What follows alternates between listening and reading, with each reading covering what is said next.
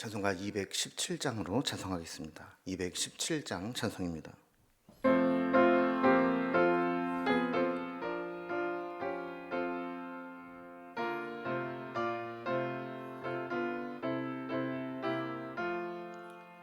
하나님이 말씀하시기를 내 마음을 나에게 바치어라. 너 어디 있든지 날 섬기며 기쁘게 날 항상 의지하라. 바치어라 내 마음을. 주께서 나에게 이르시네. 캄캄한 죄에서 불러내신 주께서 늘 인도하시리라. 구주께서 말씀하시기를 내 마음을 나에게 다 바치고 사악한 죄에서 벗어나면 나 어찌 널 구원 않겠느냐.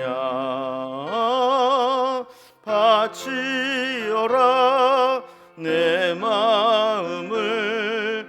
주께서 나에게 이르시네. 캄캄한 죄에서 불러내신 주께서 늘 인도하시리라. 성령께서 말씀하시기를 가진 바 모든 것 다 맡기고 내 맘도 기쁘게 바치어라. 풍성한 은혜를 더하리라. 바치어라 내 마음을. 주께서 나에게 이르시네. 캄캄한 죄에서 불러내신 주께서 늘 인도하시리라.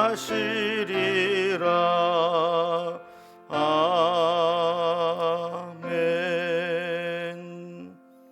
아멘. 오늘 함께 나눈 하나님 말씀은 신약성경 마태복음 13장 1절에서 17절까지 말씀입니다. 마태복음 13장 1절에서 17절까지 20면에 있습니다. 말씀을 제가 봉독하겠습니다. 그날 예수께서 집에서 나가사 바닷가에 앉으심에 큰 무리가 그에게로 모여들거늘 예수께서 배에 올라가 앉으시고 온 무리는 해변에 서 있더니 예수께서 비유로 여러 가지를 그들에게 말씀하여 이르시되 씨를 뿌리는 자가 뿌리러 나가서 뿌릴새 더러는 길가에 떨어짐에 새들이 와서 먹어버렸고 더러는 흙이 얇은 돌밭에 떨어짐에 흙이 깊지 아니하므로 곧 싹이 나오나 해가 돋은 후에 타서 뿌리가 없어짐으로 말랐고 더러는 가시떨기 위에 떨어짐에 가시가 자라서 기운을 막았고 더러는 좋은 땅에 떨어짐에 어떤 것은 100배 어떤 것은 60배 어떤 것은 30배의 결실을 하였느니라. 귀에 있는 자는 들으라 하시니라. 제자들이 예수께 나와 이르되 어찌하여 그들에게 비유로 말씀하시나이까. 대답하여 이르시되 천국의 비밀을 아는 것이 너희에게는 허락되었으나 그들에게는 아니 되었나니 무릇 있는 자는 받아 넉넉하게 되되 없는 자는 그 있는 것도 빼앗기리라. 그러므로 내가 그들에게 비유로 말하는 것은 그들이 보아도 보지 못하며 들어도 듣지 못하며 깨닫지 못함이니라. 이사야의 예언이 그들에게 이루어졌으니 일렀으되 너희가 듣기는 들어도 깨닫지 못할 것이요 보기는 보아도 알지 못하리라. 이 백성들의 마음이 완악하여져서 그 귀는 듣기에 둔하고 눈은 감았으니 이는 눈으로 보고 귀로 듣고 마음으로 깨달아 돌이켜 내게 고침을 받을까 두려워함이라 하였느니라. 그러나 너희 눈은 봄으로 너희 귀는 들음으로 복이 있도다. 내가 진실로 너에게 이르노니 많은 선지자와 의인이 너희가 보는 것들을 보고자 하여도 보지 못하였고 너희가 듣는 것들을 듣고자 하여도 듣지 못하였느니라. 아멘. 우리가 어제까지 살펴본 12장에서는 바리새인과 서기관들로 대표되는 종교 지도자들과의 긴 논쟁이 있었던 것을 살펴보았습니다. 오늘부터 살펴보게 되는 13장의 말씀은 천국에 대해서 예수님의 설교를 모아놓은 장입니다. 그래서 13장은 우리가 천국장이라는 별명이 붙어 있습니다. 특히 하나님 나라에 대해서 말씀하실 때 오히려 비유로 말씀해 주셨는데 총 7개의 비유가 나옵니다.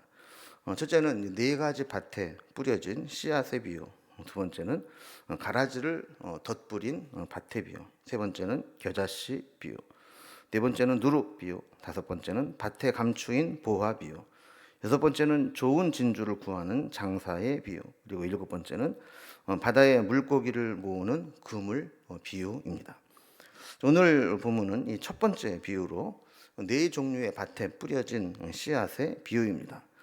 첫 번째 비유의 내용과 왜 이 비유로 설명하셨는지를 오늘 본문이 우리에게 보여주고 있습니다.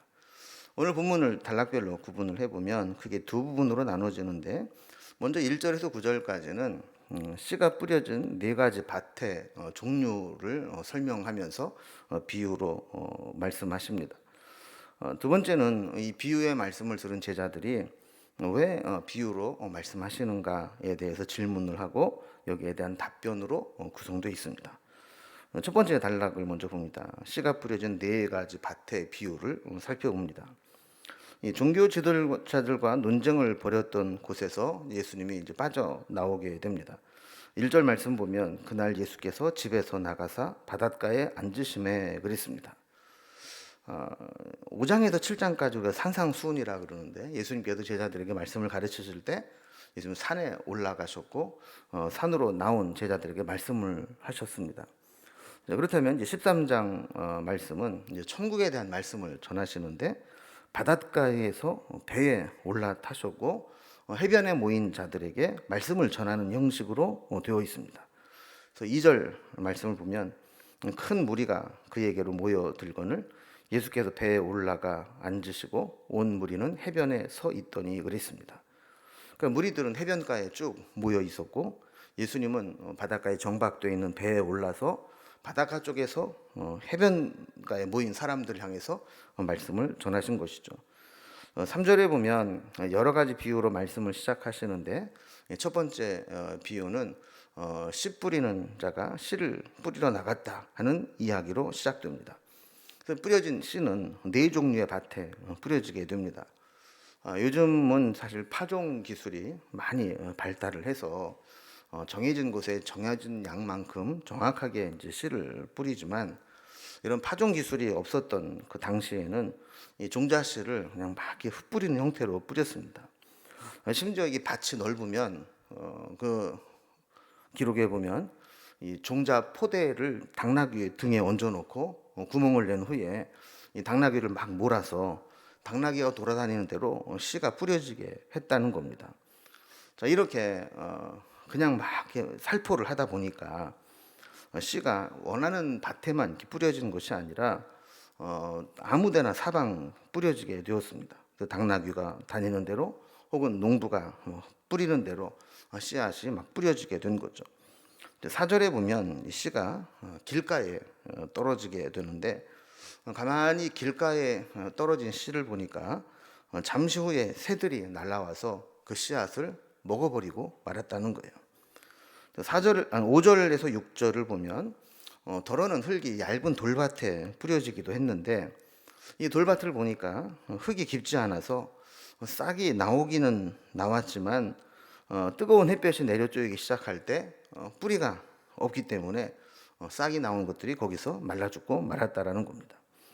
7절에 보면 더러는 가시떨기 위에 떨어졌다 그럽니다. 다행히도 뿌리를 내리고 싹이 나서 자라는데 위에 가시떨기가 덮어 있으니까 그 가시에 걸려서 막히고 더 이상 자라지 못하게 되었다는 겁니다. 마지막 4번째로 8절에 보면 더러는 좋은 땅에 떨어졌다 하는 겁니다. 이 좋은 땅에 떨어진 씨앗은 가만히 지켜보니까 어떤 것은 60배, 어떤 것은 100배, 어떤 것은 30배 결실을 수확으로 얻게 됩니다.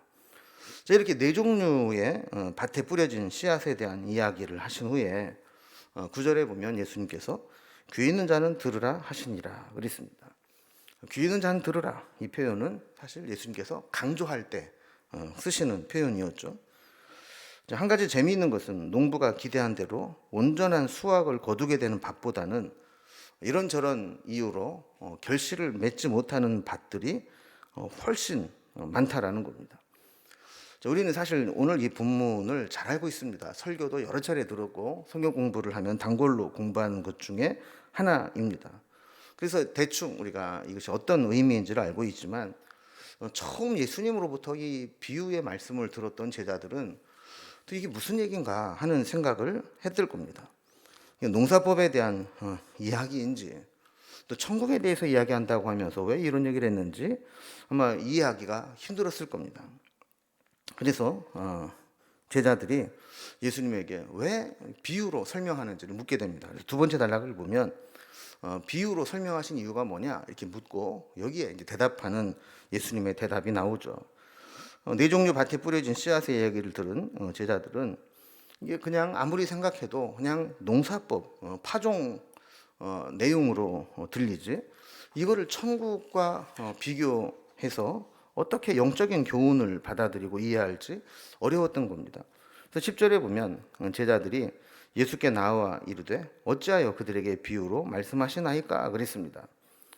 그럼 사실 우리 적절한 비유라고 하는 것은 우리에게 이해하기 힘든 부분을 이제 쉽게 이해하도록 도와줄 때 그 비유는 적절한 비유를 사용했다라고 평가할 수 있습니다. 근데 예수님께서 이 비유를 사용하신 의도를 살펴보면 이렇게 잘 이해하도록 돕기 위한 목적이 아니라 정반대로 이해하지 못하도록 알아듣지 못하도록 비밀스러운 비유를 들었다라는 것을 보게 되죠. 11절을 보면 대답하여 이르시되 천국의 비밀을 아는 것이 너희에게는 허락되었으나 그들에게는 아니 되었나니 그랬습니다. 예수님 말씀하시는 비유는 한마디로 말하면 천국의 비밀이라는 겁니다. 비밀이라는 것은 비밀을 공유한 사람만 알고 있고 비밀을 공유하지 않은 사람은 모르는 내용이죠. 마치 아주 고도의 보안 패스워드가 설치된 비밀과도 같다라는 겁니다. 만약에 우리가 이 보안 패스워드를 알고 있다면 그곳에 접근을 하고 들어가는 통로가 되어서 그 보안 패스워드를 지나서 열리는 것들에 대한 정보들을 많이 알게 되지만 이런 비밀번호는 모르는 사람, 패스워드를 모르는 사람에게는 접근 자체가 불가능한 겁니다. 마찬가지로 이 비유의 패스워드를 아는 제자들에게는 천국의 비밀이 공개되지만 그렇지 않고 이 비유가 무엇인지 모르는 자들에게는 천국을 들어도 이해할 수 없게 하셨다라는 거예요. 그래서 12절 말씀 보면 무릇 있는 자는 받아 넉넉하게 되되 없는 자는 그 있는 것도 빼앗기리라 그랬습니다. 비유의 원리와 핵심을 알고 있는 자는 계속해서 이제 소개되는 이 비유를 접하면서 천국이 이런 것이구나라는 것을 알게 되고 천국의 주인공이 되는 겁니다. 그러나 비밀을 알지 못하는 자들은 그나마 그들이 율법으로 알고 있었던 그것마저도 빼앗기는 것과 같다라는 것이죠. 다시 한번 비유로 말씀하신 이유를 정확히 설명합니다. 13절을 보면 그러므로 내가 그들에게 비유로 말하는 것은 그들이 보아도 보지 못하며 들어도 듣지 못하며 깨닫지 못함이니라 그랬습니다. 예수님의 말씀과 설명을 듣지 못한 자들은 비유를 들어도 깨닫지 못하게 된다라는 겁니다. 여기 모인 자들을 보면 둘로 나눠집니다. 이 비유를 깨닫는 자와 들어도 깨닫지 못하는 자, 이게 구분이 된다는 거예요. 자, 이러한 현상은 선지자 이사야를 통해서 예언된 것과 같다라는 거예요. 자, 14절 말씀을 보면 이사야의 예언이 그들에게 이루어졌으니 일렀으되 너희가 듣기는 들어도 깨닫지 못할 것이요 보기는 보아도 알지 못하리라 라는 말씀을 했습니다. 자, 이 말씀은 하나님께서 이사야에게 주신 말씀이었는데 이사야서 6장 9절에 보면 이런 말씀이 있습니다. 여호와께서 이르시되 가서 이 백성에게 이르기를 너희가 듣기는 들어도 깨닫지 못할 것이요 보기는 보아도 알지 못하리라 하여 그랬습니다. 그러니까 우리가 지난번 주일에 이사야의 소명의 말씀을 살펴보면서 우리가 살펴본 내용인데, 기껏 이사야를 백성들에게 보내서 말씀을 전하게 하면서 그들은 듣기는 들어도 깨닫지 못할 것이고 보기는 보아도 알지 못할 것이다 라고 말씀을 하셨다라는 거예요. 기껏 말씀을 전했는데 왜 듣지 못하고 왜 깨닫지 못하는 일들이 일어나게 될까요? 15절에 보면 이 백성들의 마음이 완악하여져서 그 귀는 듣기에 둔하고 눈은 감았으니 이는 눈으로 보고 귀로 듣고 마음으로 깨달아 돌이켜 내게 고침을 받을까 두려워함이라 하였느니라 그랬습니다. 하나님은 때로 말씀을 들을 때 금방 회개하고 돌이키는 상황도 있지만 때로는 결국 심판을 당하고 결국 자신의 잘못을 온 몸으로 징계를 받고 나서야 돌이키는 모습도 생겨나게 된다라는 겁니다. 어설프게 심판만 면할 정도로 어설프게 깨닫는 것이 중요한 것이 아니고 정말 고치지 못할 상황이라면 철저하게 심판을 통해서 그들이 깨닫게 하시도록 말씀을 전해도 깨닫지 못하도록 막으실 때가 있다라는 겁니다. 이런 상황과 같다라는 겁니다. 그러나 예수님께서 오셔서 제자들에게 이 비유의 의미를 해석해주고 의구심을 다 풀어주면 이 말씀과 비유가 깨달아지게 된다라는 거예요. 16절을 보면 그러나 너희 눈은 봄으로 너희 귀는 들음으로 복이 있도다 그랬습니다. 그러니까 이 전까지는 하나님께서 완악한 백성들의 마음을 심판을 통해서 깨트리기 위해서 고치지 못하게 깨닫지 못하게 했지만 이제 예수님의 제자들은 예수님으로부터 그 의미를 비유의 비밀스러운 천국의 비밀을 알게 되기 때문에 그들의 귀가 복이 있고 깨닫는 자가 복이 있다라는 겁니다. 17절 말씀을 보면 내가 진실로 너희에게 이르노니 많은 선지자와 의인이 너희가 보는 것을 보고자 하여도 보지 못하였고 너희가 듣는 것들을 듣고자 하여도 듣지 못하였느니라 그랬습니다. 영적으로 깨어있고 분별력이 있는 분들은 성경에 기록된 수많은 이야기들을 깨달으려고 노력을 했습니다. 그러나 모든 사람에게 하나님의 비밀이 다 알려지고 깨닫게 되는 것은 아니었습니다. 그러나 지금 예수님의 제자들에게는 이 지금까지 풀리지 않았던 하나님 나라의 비밀들이 다 깨달아지는 은혜를 입게 된 것입니다. 그럼 우리에게 더 중요한 것은 말씀을 듣고 지식적으로 아는 것이 아니라 그 말씀을 깨닫는 것입니다. 그리고 깨닫는 것에 머물러 있지 않고 그 깨달은 말씀을 우리의 몸으로 살아내는 것입니다. 여러분, 비유로 아는 것만으로는 부족합니다. 그 비유를 깨닫고 깨달은 말씀을 우리의 삶으로 우리의 몸으로 살아내는 것이 필요하다라는 겁니다. 그래서 예수님께서는 이 비유의 의미를 분명히 깨달아 영적인 세계를 알게 되고 현실의 삶 속에서 말씀대로 살아가며 그 말씀을 통해서 하나님 나라가 천국이 확장되어 나가기를 원하는 것이죠. 우리가 오늘 말씀을 통해서 우리가 얼마나 하나님 말씀을 잘 알고 있고 깨닫고 있고 말씀대로 살아가고 있는지 우리의 모습을 돌아보면서 늘 천국의 비밀을 깨달아 알게 하시는 그 은혜를 우리가 누릴 수 있기를 소망합니다. 하나님 말씀은 우리가 아무리 깨달으려고 해도 영적으로 닫혀 있으면 알 수가 없습니다. 그러나 성령께서 우리의 눈을 열어주시면 이 말씀보다 더 귀한 게 없습니다. 평생 살아가면서 이 하나님 말씀이 깨달아지고 천국의 비밀이 깨달아지고 깨달은 말씀을 붙잡고 살아가는 은혜로 살아갈 수 있기를 주님의 이름으로 기원합니다. 기도하겠습니다. 하나님 아버지, 오늘 예수님께서 천국에 대해서 비유하는 말씀들을 시작했습니다. 첫 번째 비유가 어떤 비유인지를 살펴보았습니다. 이 비유의 의미, 천국의 비밀을 깨닫지 못하면 단지 농사짓는 씨 뿌리는 파종의 기술로 밖에 알 수 없지만 그것을 통해서 하나님 나라가 어떻게 확장되어 나가는지, 우리가 하나님 나라에 어떻게 쓰임 받아야 되는지를 발견하게 해주시니 감사합니다. 특히 이 천국의 비밀을 비유로 말씀하고 풀어주시면서 우리에게는 깨달아 알 수 있는 길을 열어주시니 감사합니다. 이 말씀을 우리가 깨닫는 것에 끝나지 않게 하시고 깨달은 말씀대로 살아가고 실천하고 그 말씀대로 살아가는 우리에게 하나님 나라가 확장되어지는 은혜가 나타날 수 있도록 인도해 주시옵소서. 오늘도 천국을 살아가게 하시고 주님과 함께 동행하며 천국의 주인 되신 주님의 나라를 확장되어 가는 우리의 삶이 될 수 있도록 인도해 주옵소서. 오늘 하루도 온전히 주님께 부탁드리며 예수님의 이름으로 기도드리옵나이다. 아멘. 각자의 기도 제목들로 자유롭게 기도하시겠습니다.